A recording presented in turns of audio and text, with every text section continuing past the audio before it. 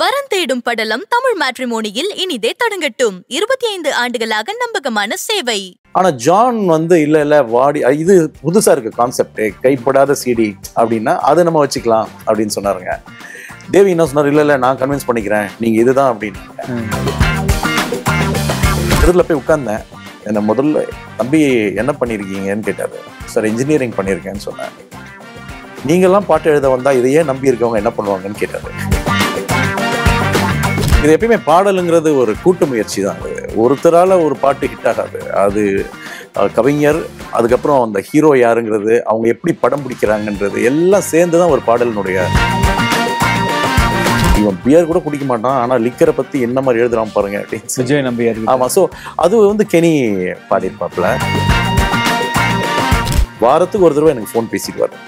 அப்போதான் சொன்னாரு, அவன் சிலம்பரசன், நீங்க இளங்கோ, நீங்கள் இருவரும் இணைவதில் எனக்கு ஒன்றும் ஆச்சரியம் இல்லைன்னு சொன்னாரு.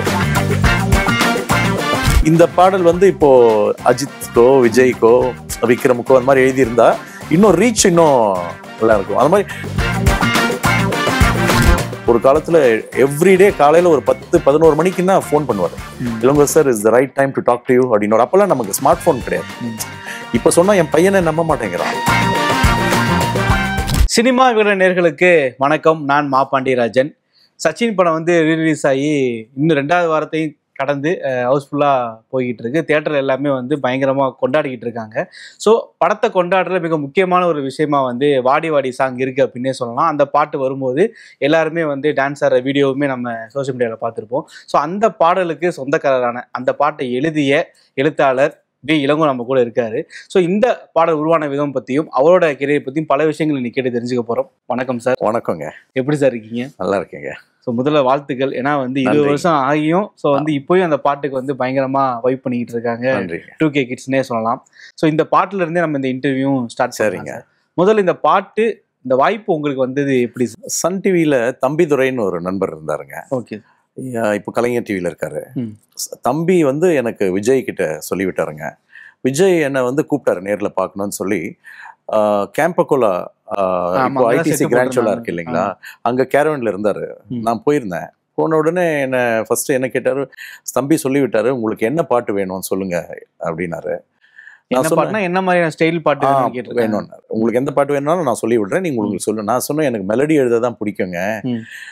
ஆனா என்னுடைய சன்னு இப்போ ஒரு 10 வயசு. ஆமா ஆமா, அந்த சமயத்துல 10 வயசு. அவனுக்கு உங்களுடைய பாட்டு ஒண்ணு கொக்கோ கோலா ப்ரௌனு கலருடா, அந்த பாட்டை டெய்லி ஸ்கூல்ல இருந்து வந்த உடனே அதை தான் கேட்கறான்.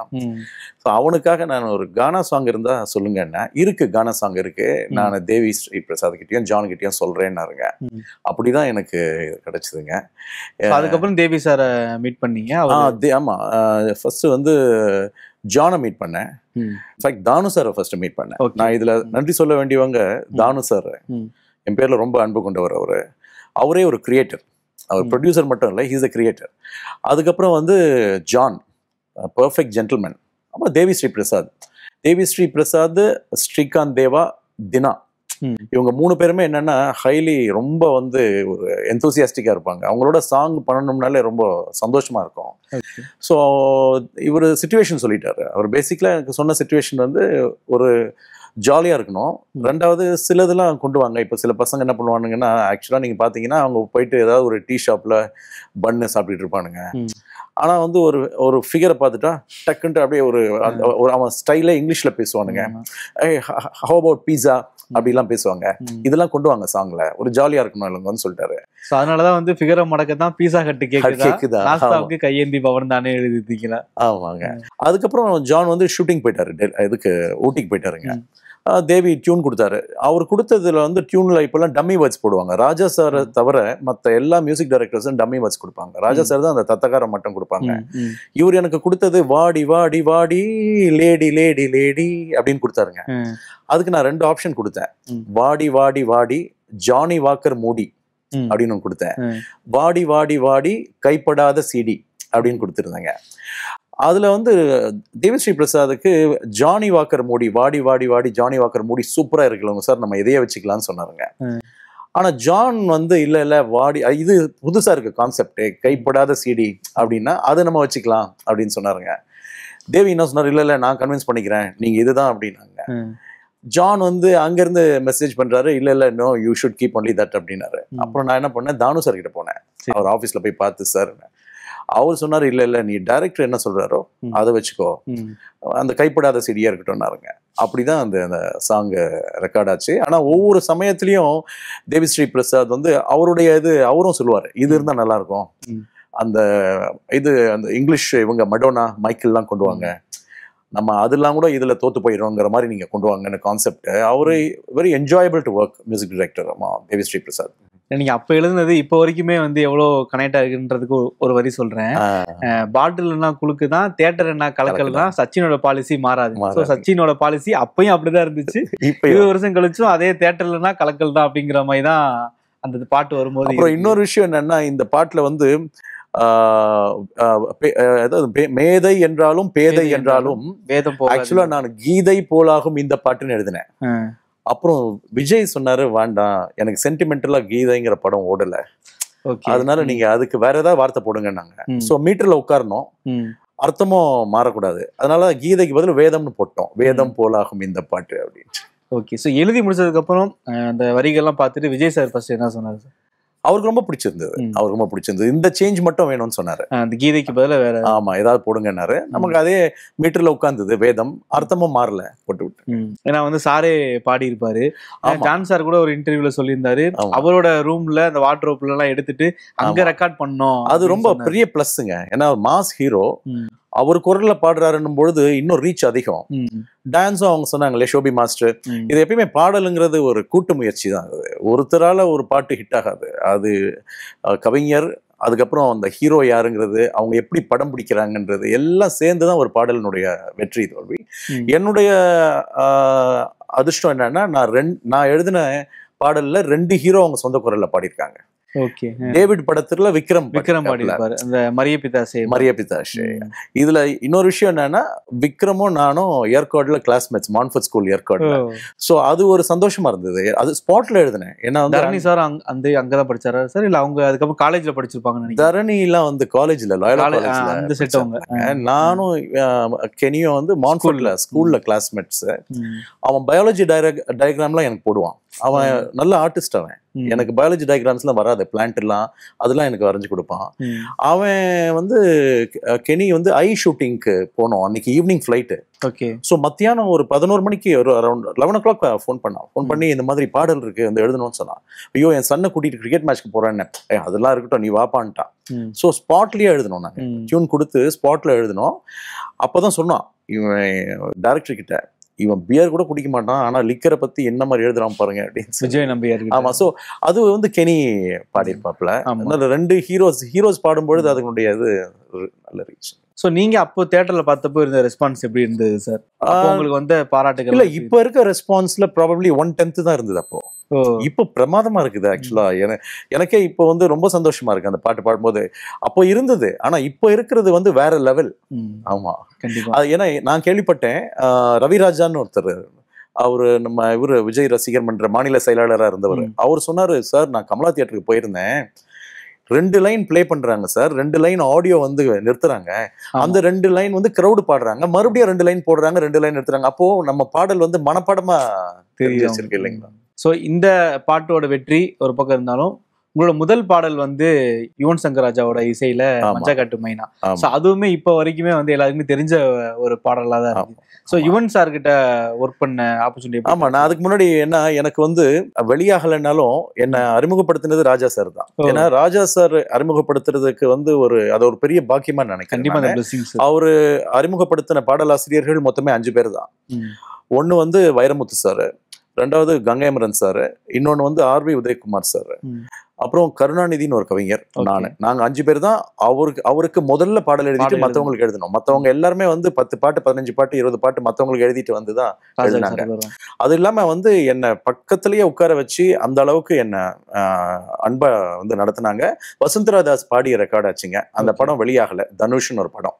ஆமா, அதுக்கு அடுத்ததுதான் எனக்கு இந்த மஞ்சக்காட்டு மைனா. நம்ம சுப்பு, பஞ்சு அருணாச்சலம் சார் சன் சுப்பு, அவர் ரொம்ப க்ளோஸ் ஃப்ரெண்டு. அவரால் நான் இந்த பாடல் மட்டும் இல்லாம செலிபிரிட்டி கிரிக்கெட் லீகுக்கும் நான் தான் எழுதியிருக்கேன். நம்ம தமிழ்நாட்டு பிளேயர்ஸ்லாம் கிரிக்கெட் ஆடுறாங்களே, அந்த தீம் சாங் ஸ்ரீகாந்த் தேவா மியூசிக்ல அதுக்கும் லிரிக்ஸ் சிசிஎல்க்கு. ஆமா, சிசிஎல்க்கு. இது வந்து சுப்பு என்ன சொன்னாரு, நான் உங்களை நேரா கூட்டு போறேன்னு சொல்லி ராஜா சார் வீட்டுக்கு கூட்டிட்டு போயிட்டு யுவன் கிட்ட அறிமுகப்படுத்தினாரு. யுவன் சொன்னாரு ஏதாவது பல்லவிகள் இருந்தா கொடுங்கன்னாரு. நான் கிட்டத்தட்ட ஒரு 40-50 பல்லவி அவர்கிட்ட கொடுத்து வச்சிருந்தேன். அது கொடுத்த கொஞ்ச நாளைக்கே வந்து எனக்கு டைரக்டர் நாராயணமூர்த்தி ஃபோன் பண்ணாரு. யுவன் சில பல்லவியெல்லாம் கொடுத்தாரு, எனக்கு ரொம்ப பிடிச்சிருந்தது. பெண்ணே பெண்ணே முத்துச்சரமே நிலவும் முன்னால் கவலைக்கிடமேன்னு அது அவருக்கு ரொம்ப பிடிச்சிருந்தது. ஸோ நீங்க வாங்க, நான் டியூன் வாங்கி தரேன்னு சொன்னாரு. அதுக்கப்புறம் டியூன் வாங்கி கொடுத்தாங்க, நான் எழுதினேங்க. அதுவும் எனக்கு அதுவும் ஒரு சந்தோஷம். ஏன்னா நிறைய பேருக்கு இப்போ வைரமுத்து சாருக்கு பார்த்தீங்கன்னா அவருக்கு முதல் படமே வந்து பெரிய ஹிட்டு. நிறைய பேருக்கு பார்த்தீங்க 10 பாட்டு ஆனா பிறகுதான் ஹிட் ஆகும். என்னுடைய அது ஒரு அவருடைய மியூசிக்கு, அவர் பிரபுதேவா சார் ஆடின அந்த ஒரு ஆட்டம், அதனால முதல் பாடலே வந்து நல்லா வெளியே தெரிஞ்சுதுங்க. Super sir. அதே மாதிரி விஜய் சார் எழுதுறதுக்கு முன்னாடி நீங்க அஜித் சாருக்கு பாட்டு எழுதிட்டீங்க. ஜனா வந்து அதுக்கு முன்னாடியே எழுதிட்டீங்க. ஆமா, ஜனால வந்து ஜனா. ஆமாங்க. அது ஒரு எப்படின்னா சன் டிவியில சாக்ஸ் இருந்தாருங்க. அவரு தான் எனக்கு காஜா மைதீன் சார் கிட்ட சொல்லிவிட்டாருங்க. ரோஜா கம்பைன்ஸ் பர்ஃபெக்ட் ஜென்டில்மேன். அவர் நீங்க ட்ரெஸ் பண்ணிட்டு இருக்கிறதும் பாத்தீங்கன்னா ஒரு கம்பெனி எக்ஸிக்யூட்டிவ் மாதிரி தான், ஒரு டக்கன் பண்ணிக்கிட்டு பெல்ட்லாம் போட்டு ஷூலாம் போட்டுட்டு இருப்பாரு. அவரு அந்த சமயத்துல 2 ப்ராஜெக்ட் போயிட்டு இருந்தது. ஒன்னு வந்து தனுஷ் ஒன்று போயிட்டு இருந்தது. தனுஷும் விஜயகுமார் சார் டாக்டர் தேவதை கண்டேன் அது போயிட்டு இருந்தது. இது ஜனா போயிட்டு இருந்தது. அவர் அதுல தான் வந்து எழுதுங்கன்னு சொல்லி சொன்னாரு. இல்லை சார், நான் வந்து அஜித்துக்கு எழுதணும்னு ஆசைப்படுறேங்க சார், எனக்கு 2 கொடுக்கறதா தான் கொடுங்க, ஒன்றுனா எனக்கு வந்து அஜித்து கொடுங்கன்னு சொன்னேன். அதுக்கப்புறம் இதுல சொல்லிவிட்டு ஷாஜி கைலாஷ் அவர் தான் டிரெக்டரு. ஆனா அதுல என்னன்னா அசோசியேட் டைரக்டர் நாராயணமூர்த்தி வந்தார் மறுபடியும் அதுல. ஏன்னா அவர் ஷாஜி கைலாஷ் வந்து கேரளக்காரரு, தமிழ் வந்து அவருக்கு லிரிக்ஸ் பாக்குற அளவுக்கு தெரியாது. அதனால எனக்கு நாராயணமூர்த்தி தான் அந்த சாங் தினா மியூசிக் டைரக்டர். தினாவும் நல்ல நண்பர், ரொம்ப நல்லா டியூன் கொடுத்து அதுக்கப்புறம் நான் அந்த பாடல் எழுதுனேங்க. நமக்கு என்னன்னா சினிமால ஒன்ஸ் அந்த மாதிரி பாடல் நீங்க எழுதும்பொழுது அதே மாதிரி முத்திரை கொடுத்துடுறாங்க. மெலடி எழுதணும்னு ரொம்ப ஆசை, ஆனா வந்து நீங்க பாத்தீங்கன்னா பெரும்பாலும் எனக்கு அந்த மாதிரி சாங்கே கிடைக்க ஆரம்பிச்சிருச்சு. அதே மாதிரி குளிர் 100 டிகிரில நீங்க எழுதின பாட்டுமே ஒரு மெலடி கைண்ட் ஆஃப் பாட்டு தான். அதே மாதிரி ஒரு ஃப்ரெண்ட்ஷிப்னா வந்து எப்படி இருக்கணுங்கிறதுக்குமே அந்த பாட்டு வந்து ரொம்ப. குளிர் 100 வந்து அனிதா அவங்க மாயாஜால் தியேட்டர் ஓனர்னுடைய டாட்டர். அவங்க யூஎஸ்ல போயிட்டு ஏதோ வந்து இதுக்கான கோர்ஸ் எல்லாம் பண்ணிட்டு இந்த ஸ்டீஃபன் ஸ்பில்பர்க் அவர்கிட்ட எல்லாம் இருந்தாங்க அவங்க. நான் வந்து நீங்க பாத்தீங்கன்னா 2 லேடி டிரெக்டர்ஸ்க்கு எழுதியிருக்கேன். சுதா கொங்குரனுடைய ஃபர்ஸ்ட் படத்துக்கும் எழுதியிருக்கேன், துரோகி படம், விஷ்ணு விஷாலும் ஸ்ரீகாந்த். ஆமா, அதுலயும் ஒரு பாடல் எழுதியிருப்பேன். அவங்க இதுல அனிதா வந்து எனக்கு சிச்சுவேஷன் சொல்லிட்டாங்க, மாயாஜாலியே போயிட்டு உட்காந்து எழுதி கொடுத்தேன். அந்த சாங் வந்து நீங்க பாத்தீங்கன்னா நிறைய காலேஜ் அந்த சமயத்துல காலேஜ் ஸ்டூடெண்ட்ஸ்லாம், என் பையனோட கிரிக்கெட் ஆடுற பசங்கள்லாம் வச்சிருப்பாங்க. அங்கிள் எங்களுக்கு அந்த சாங் கேட்கும் போதே ஒரு மாதிரி அழுக வரும். நானே அந்த பாட்டுக்காக தான் படத்துக்கே போனேன் சார். அப்போ ஓகே, மனசெல்லாம் உன்னிடம் கொடுத்து சிம்பு பாடி இருப்பாரு. ஒன்னு வந்து ரஞ்சித் பாடி இருப்பாரு ஒரு வெர்ஷன், இன்னொன்னு வந்து சிம்பு பாடி இருப்பாரு. சிம்பு வந்து எனக்கு இன்னும் ஞாபகம் இருக்கு, ஒரு மதியம் வந்து பாடினாரு. இதுல என்ன நான் சொல்லணும்னா, டிஆர் வந்து அவரு சார் வந்து எனக்கு ரொம்ப க்ளோஸுங்க. வாரத்துக்கு ஒரு தடவை எனக்கு ஃபோன் பேசிடுவாரு. அப்போதான் சொன்னாரு, அவன் சிலம்பரசன், நீங்க இளங்கோ, நீங்கள் இருவரும் இணைவதில் எனக்கு ஒன்றும் ஆச்சரியம் இல்லைன்னு சொன்னாரு. ஏன்னா சிலம்பரசன்னாலும் அந்த இளங்கோவை தான் வந்து குறிக்குது. ஒவ்வொரு வாரத்துக்கு ஒரு தடவை பேசுவாரு. ஆமா, அந்த வரிகள் எல்லாமே சூப்பரா இருக்கும். அந்த வானென்று உன்னை நினைத்தேன், வானவிலாய் மறைந்தாயே, திருக்குறளாய் வந்து என் வாழ்வில் இருவரியில் முடிந்தாயேன்னு வரும். ஆனா என்னன்னா இந்த பாடல் வந்து இப்போ அஜித்கோ விஜய்க்கோ விக்ரமுக்கோ அந்த மாதிரி எழுதியிருந்தா இன்னும் ரீச் இன்னும் நல்லா இருக்கும். அந்த மாதிரி நமக்கு பாத்தீங்கன்னா நம்ம குழந்தைகள்ல சில குழந்தை ரொம்ப பிடிக்கும் நமக்கு, அது ஆனா வந்து அந்த குழந்தை வந்து பெருசா வராது. நம்ம ஓரளவுக்கு பரவாயில்ல அப்படின்னு நினைப்போம், அது வந்து ஹிட் ஆயிடும். ஸோ அதே மாதிரி திண்டுக்கல் சாரதியில வந்து திண்டுக்கல் பாட்டுமே வந்து பக்காவா யாரோ வந்து ஒரு கிராமத்துல இருக்க ஒரு ஃபோக் பாடகர் எழுதின பாட்டு மாதிரி தான் இருக்கும். ஆனா வந்து நீங்க எழுதிருக்கீங்கன்னு போது ஆச்சரியம். இதுல அவர் நடிகர் ஸ்ரீகாந்த் நானும் ஒரு தடவை பெங்களூர் டிராவல் பண்ணும்போது சொன்னாரு, இளங்கோ சார் நம்பவே முடியல சார், மான்ஃபோர்ட் ஸ்கூல்ல படிச்சுட்டு வந்து எப்படி சார் இப்படி எல்லாம் எழுதுறீங்க அப்படின்னாரு. அது அந்த ஓப்பனிங், அந்த ஆடி காத்துலயும் ஒரு பெரிய ஹை பிட்ச்ல ஓப்பனிங் இருப்பாங்களா, அதுவே அது மட்டும் இல்லைங்க. நான் இது வரைக்கும் எழுதின திரைப்பட பாடல்கள்லயே அதிக வரிகள் கொடுத்தது அதுக்குதான். சுதா ஆமா, சுதாவும் வந்து நல்ல வேலை வாங்குவாங்க. இதுல என்னன்னா ரெக்கார்டிங் சீக்கிரம் முடிஞ்சிச்சுன்னா நீங்க தப்பிச்சிங்க. இல்லைன்னா உங்களுக்கு 20 நாள் இன்னும் ரெக்கார்டிங் இருக்குன்னா நீங்க என்னதான் எழுதினாலும் அவங்களுக்கு வந்து எப்பயுமே ஏன்னா வந்து இன்னும் பெட்டரா வேணும்னு கேட்பாங்க. காலையில ஒரு 8:30 மணிக்கு ஃபோன் பண்ணுவாங்க, சுதா இந்த 10 வரிகள் நல்லா இருக்குது, இதே மாதிரி கொஞ்சம் கொடுங்களேன் அப்படின்வாங்க. ஸோ நீங்க எழுதிக்கிட்டே இருப்பீங்க. அந்த மாதிரி திண்டுக்கல் சாரதிக்கு வந்து 600-650 வரி கொடுத்துருப்பேன். ஆமா, சாக்ஸ் தான் இன்ட்ரடியூஸ் பண்ணாரு கருணாஸ் காஸ்மோபாலிட்டன் கிளப்ல வச்சு. அதுவும் தினா சார் தானே சார் அந்த படத்துக்கும்? ஆமா, அதுவும் தினா தாங்க. அதுக்கு பிறகு அவர் வந்து நம்ம கருணாஸ் நான் எழுத கருணாஸ் தான் டிசைட் பண்ணாரு வரிகளை. தினா மியூசிக் டைரக்டர் அப்படின்னாலும் கருணாஸ் தான் டிசைட் பண்ணாரு. கிராமிய பாடல்கள் இது நல்லா இருக்கு இல்லைங்க சார், இன்னும் கொஞ்சம் எப்படி எழுதுங்கன்ட்டு அது ஒரு கிட்டத்தட்ட ஒரு 25 நாள் ஆச்சு ரெக்கார்டிங்க்கு. அதனால எழுதி கொடுத்துக்கிட்டே இருந்தேன். அதை கார்ல போட்டுட்டு அந்த சாங்கு நகருன்னு அப்படி வரும். அது ஆக்சுவலா அதெல்லாம் ரொம்ப என்ஜாய் பண்ணாங்க. அந்த படமே வந்து சன் பிக்சர்ஸோட ரிலீஸுங்கிறனால அந்த ப்ரொமோலாவே அந்த பாட்டுக்கு சூப்பரா பண்ணிருப்பாங்க. ஆமாங்க. ஸோ இப்போ நீங்கள் இப்போ விஜய் சாருக்கு ஒரு பெரிய ஹிட் பாட்டு எழுதிட்டீங்க. ஸோ தொடர்ந்து இந்த மாதிரி நல்ல பாடல்கள் எழுதுகிற பாடலாசிரியர் வந்து தொடர்ந்து விஜய் சாரோட பயணிப்பாங்க. ஆமாம், நான் ஒரு விஷயம் நான் விஜய் சொல்லும்போது நான் என் சன்னு சொன்னேன் இல்லைங்களா, இது வந்து என்னுடைய சன்னு பேர் சனத். ஸோ அந்த சமயத்துல வந்து அவனுக்கு இன்னும் ஒரு 8 வயசு 9 வயசு இருக்கும். லேடி ஆண்டாள் ஸ்கூலுக்கு வந்தார் விஜய். அப்போ மதுரை ஷூட்டிங். அப்ப போயிட்டு அதனால இவனாலதான் நான் அந்த கானா சாங்கே விஜய்க்கு எழுதினேன். Super sir. அடுத்து வேற போட்டோ. அடுத்து வந்து இந்த சாங் இவர் விஜயை போயிட்டு அவர் வீட்டுல சந்திச்சேங்க. பாட்டு எழுத. ஆமா, மருவத்தூர் நம்ம இவரு பங்காரு அடிகளார் என்னுடைய கிராண்ட்சன் பார்க்கணும்னு சொன்னாப்ல விஜய. அவன் சின்ன பையன் அப்போ, பேர் அகத்தியன். அவனை கூட்டிட்டு போனேன். அப்போ வந்து விஜயோட அவங்க வீட்டுல இந்த சாலிகிராமம் வீட்டுல தான் எடுத்ததுங்க. இது வந்து விஜயனுடைய ஒரு பர்த்டே. இதுவும் சாலிகிராமம் வீட்டுக்கு தாங்க. நான் லா பண்ணப்ப கூட நான் டிகிரி முடிச்ச உடனே எனக்கு அங்க பெங்களூர்ல நான் இருந்தேன். பெங்களூர்ல தான் லா முடிச்சேன். விஜய் ஃபோன் பண்ணி என்ன வாழ்த்து சொன்னாரு. ஆமா, நல்லா நான் அஜித் சரி விஜய் சரி எல்லாருமே வந்து என்னோட ரொம்ப இனிமையா தான் பழகுவாங்க.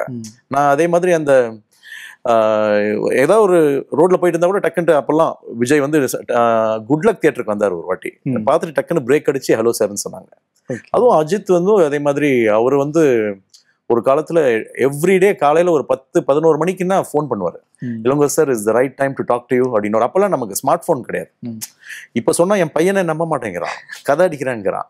அதுக்கப்புறம் எங்க ஃபேமிலியை ஒரு நாள் வந்து டின்னருக்கு கூப்பிட்டாரு அஜித் வந்து இந்த மாதிரி வாங்கன்ட்டு.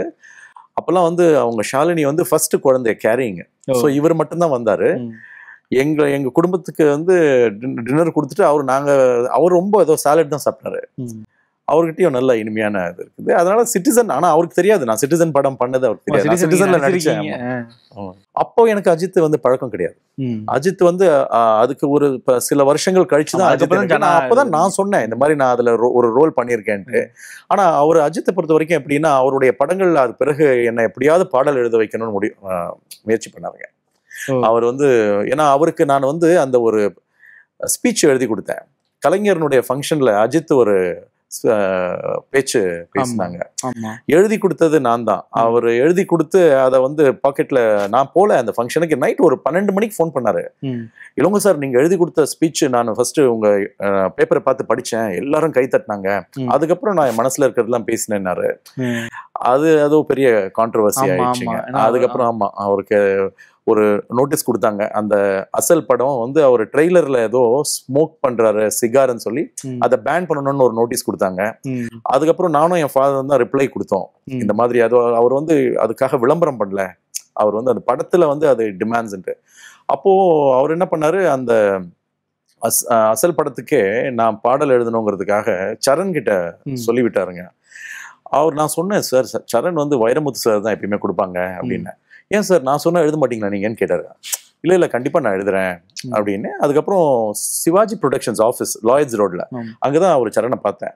அவர் முதல்ல எடுத்த உடனே என்கிட்ட சொன்னாரு, சார் நான் வைரமுத்து சாருக்கு தான் எப்பயுமே கொடுப்பேன், நான் இதை சொன்னேங்க அவர் அஜித் கிட்ட, அவரு தான் உங்களுக்கு ஐயோ நான் ஒண்ணு பண்றேன், நான் அவர்கிட்ட சொல்லிடுறேங்க சார். நீங்க ஐயோ அதுதான் நீங்க அப்படியே போய் சொல்ல போறீங்க, நீங்க வேண்டாம், நான் உங்களுக்கு ஒரு ஐட்டம் சாங் கொடுக்குறேன். அப்ப ஹாரிஸ் ஜெயராஜ் மியூசிக் டைரக்டர் இருந்தார் ஃபர்ஸ்ட். பரத்வாஜ் மாதிரி ஹாரிஸ் ஜெயராஜ். அதுக்கப்புறம் கூட வந்து ஐ திங்க் யுவன் சங்கர் ராஜா இல்ல ஐ திங்க் கடைசியா யுவன் சங்கர் ராஜா தான் பண்ணாருன்னு நினைக்கிறேன். பரத்வாஜ் தான் பண்ணாரு அப்படிங்களா? ஏன்னா சரண் சாருக்கு தொடர்ந்து பரத்வாஜ் தான் அதிகமா பண்ணியிருக்காரு. ஓகே. அதுக்கப்புறம் ஹாரிஸ் ஜெயராஜ் மாறிடுச்சு. திருப்பி நான் அஜித் கேட்டாரு, நீங்க பார்த்து கேட்டீங்களா என்னாச்சு? நான் இந்த மாதிரி சொன்னேன், நான் மறுபடியும் சொல்றேன்னாரு. இல்லை வேணான்னு சொல்லிட்டேன். ஒரு டைரக்டர் வந்து அவங்களுக்கு மைண்ட்ல செட் ஆன உடனே நம்ம வேண்டாம் சொன்னேன். அதுக்கப்புறம் என்ன பண்ணாரு, ஒரு படம் நயன்தாராவோட பண்ணாருங்க அவர் படம் ஏகன். ஏகன். அதுக்கு ராஜசுந்தரம் அவர்கிட்ட சொல்லிவிட்டாரு. நான் நம்ம ஐங்கரன் ஆஃபீஸ்ல போயிட்டு அவர் ராஜசுந்தரம் பார்த்தேன். அவர் முதல்ல எடுத்த உடனே என்கிட்ட கேட்டது என்னன்னா, சார் அஜித் சாரோட எத்தனை வருஷமா ஃப்ரெண்டு நீங்கன்னு கேட்டாரு. இப்போ ஒரு வருஷமா தாங்க. நான் என்ன சார் ஏதோ ஒரு 20 வருஷம் ஃப்ரெண்டு மாதிரி உங்களுக்காக 10 நிமிஷம் பேசுறாரு சார் என்கிட்ட அப்படின்னு சொன்னாரு. அதுக்கப்புறம் அவர் என்ன சொன்னாரு, நான் பாடல் நாங்கள் ரெடி பண்ணும்போது கண்டிப்பா உங்களை கூப்பிடுறேன்னு சொன்னாரு. திருப்பி என்ன அஜித் கேட்டாரு, மாஸ்டர் பார்த்தீங்களான்னு. மாஸ்டர் பார்த்தேங்க, நல்ல மாதிரி இது பண்ணாரு. Sir I again talk to ஹிம்னாரு. சார் வேண்டான்னு.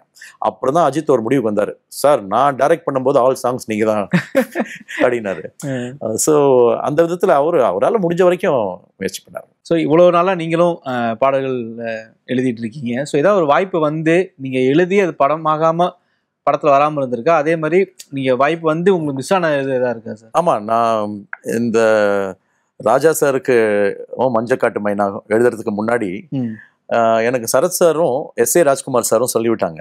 பாரதின்னு ஒரு டைரக்டர், அவர் மறுமலர்ச்சி படம் பண்ணியிருக்காங்க, மம்முட்டி சார் வச்சு. ஆமா, அது முதல்ல வந்து சரத் சாரை வச்சு தம்பி உடையான்னு டைட்டில், அதுக்கப்புறம் அது மானஸ்தன்னு மாறிச்சுங்க.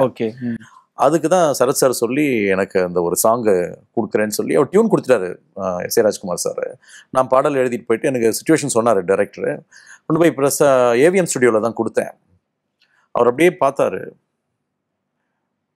ஒரு வரி கூட நல்லா இல்லை, நான் சொல்லிடுறேன் சரத் சார் கிட்ட அப்படின்னாரு. எனக்கு அப்படியே கொஞ்சம் இடிஞ்சிட்டேன். ஏன்னா அது ஒரு வரி கூட நல்லா இல்லைன்றாங்களே, நம்ம எங்க அப்போ சினிமாவில் தேர போறோம் அப்படின்னும் பொழுது சரின்னு போயிட்டேன். அப்போ ஒரு வாரத்துல வந்த வாய்ப்பு தான் மஞ்சக்காட்டு மைனா. அதே மாதிரி ராஜா சாருக்கு நான் எழுதுனேன்னு சொன்னேன் இல்லைங்களா, அதுல வந்து என்னன்னா ராஜா சார் பெரும்பாலும் அவருக்குன்னு சில கவிஞர்கள் வச்சிருப்பாங்க அப்பெல்லாம். மேத்தா சார், பழனி பாரதி, அப்புறம் புலமை பித்தன் சார், இவங்களுக்கெல்லாம் தான் வந்து வாய்ப்பு தருவாங்க. அவரு தான் டிசைட் பண்ணுவார் யார் கவிஞர்ன்ட்டு, டைரக்டர் சொல்ல முடியாது. ஆனா ப்ரொடியூசர் வந்து ஒரு அட்வொகேட். அவரு நான் வந்து உங்களுக்கு நீங்க 2 பாட்டு எழுதணும் சார். ராஜா சார் ஒத்துக்க மாட்டாருன்னு நான் சொல்றேங்க, நான் தாங்க ப்ரொடியூசர்ன்ட்டாரு. நான் இதுக்காக செங்கல்பட்டுல இருந்து வந்துட்டேன், அவன் வந்து சினிமாவில் பாடல் எழுத போறோம் அப்படின்ட்டு. இவர் ப்ரொடியூசர் என்ன பண்ணாரு, ராஜா சாரனுடைய அந்த அவர் கம்போஸ் பண்ணுவார் ஒரு ரூமு, அது கோயில் மாதிரி இருக்கும் பிரசாத் ஸ்டுடியோல. ஆமா, அந்த ஹார்மோனியம் வச்சுட்டு இருப்பாருங்க. எதிரில் போய் உட்கார்ந்தேன். என்ன முதல்ல தம்பி என்ன பண்ணியிருக்கீங்கன்னு கேட்டாரு. சார் இன்ஜினியரிங் பண்ணியிருக்கேன்னு சொன்னேன். நீங்கள்லாம் பாட்டு எழுத வந்தா இதையே நம்பி இருக்கவங்க என்ன பண்ணுவாங்கன்னு கேட்டாரு. நான் சொன்னேன், அது உங்களுக்கு தெரியாதா, நான் தான் வந்து எப்பயுமே கவிஞர்களை தேர்ந்தெடுப்பேன்ட்டு. சார் நான் சொன்னேங்க சார், தயாரிப்பாளர் தான் சொன்னாரு, நான் சொல்லிட்டேன்னு சொன்னாருங்க சார். பாடல் இல்லைன்னு சொல்லிடாதீங்க, நான் செங்கல்பட்டுல இருந்து வந்துட்டேன், நான் நீங்க பாடல் இல்லைன்னு போனா திருப்பி போகும்போது ஏதாவது ஆச்சுன்னா கூட ஆன்மா சாந்தி அடையாது சார். என்ன ஐயோ அந்த மாதிரி பெரிய வார்த்தை எல்லாம் இது பண்ணாதீங்க, நீங்க 2 பாட்டல் வேணாம், டூவெட் வந்து புலமை பித்தன் எழுதுவாரு, நீங்க சோலோ எழுதுங்கன்னு சொன்னாரு. அப்புறம் டியூன் கொடுத்தாங்க, துக்கு துக்கு துக்கு துக்கு ஜா தத்த துக்கு துக்கு ஜா. அதுக்கு அந்த ஹீரோயின் வந்து ஒரு பீச்ல நடந்து போற மாதிரி ஒரு ஜாலியா சோலோ சாங், பட்டு வீரல் தொட்டு விட்டதால் அந்த மாதிரி அப்படிதான் கொடுப்பாரு அவரு. தத்தகாரம் எழுதி ரெக்கார்ட் ஆச்சுங்க. அப்போ சொன்னாரு, முதல் பாட்டு எழுதுறீங்க மீட்டர்ல அப்படியே உட்காருது அப்படின்னாரு. சுந்தரராஜன் சார்னு ஒருத்தர் இருப்பாரு, அவர் தான் வந்து பாடல்களுக்கெல்லாம் அந்த பாடகர்களுக்கெல்லாம் சொல்லி தருவாரு. அவரும் சொன்னாரு. அதுலயும் வந்து பாத்தீங்கன்னா சினிமால ஒரு சென்டிமெண்ட் இருந்தது, ஆமைன்னு ஒரு வார்த்தை வரும். முதல் பாடல்ல வந்து ஆமைன்னு கொண்டு வராதீங்க, அது வந்து சென்டிமெண்ட்லாம் நல்லது, அதையும் மாத்தினேன் நான். சினிமால நிறைய சென்டிமெண்ட் இருக்குங்க. நீங்க அடுத்தடுத்து மறுபடியும் பாடல்கள் எல்லாம் எழுதணும். ஸோ அதெல்லாம் இன்னைக்கு இருக்க தலைமுறையும் அப்போ எப்படி நாங்களாம் வைப் பண்ணுவோம் அது மாதிரி இப்பயும் அவங்களாம் வைப் பண்ணணுன்றத நான் உங்களுக்கு தெரிவிச்சுக்கிறேன். வீரன் சார்பா அதுக்கு வாழ்த்துக்களும் தெரிவிச்சு. ரொம்ப நன்றிங்க, ரொம்ப நன்றிங்க. விகடனுக்கும் நன்றி, உங்களுக்கு நன்றி. Thank you so much. மகன் மகளுக்கு வரன் தேடுறீங்களா? கவலைய விடுங்க, உங்களுக்காகவே நம்பகமான வரன் பார்க்கும் சேவையை 25 ஆண்டுகளுக்கும் மேலாக செய்து வருகிறது தமிழ் மேட்ரிமோனி. இப்பவே ரெஜிஸ்டர் பண்ணுங்க.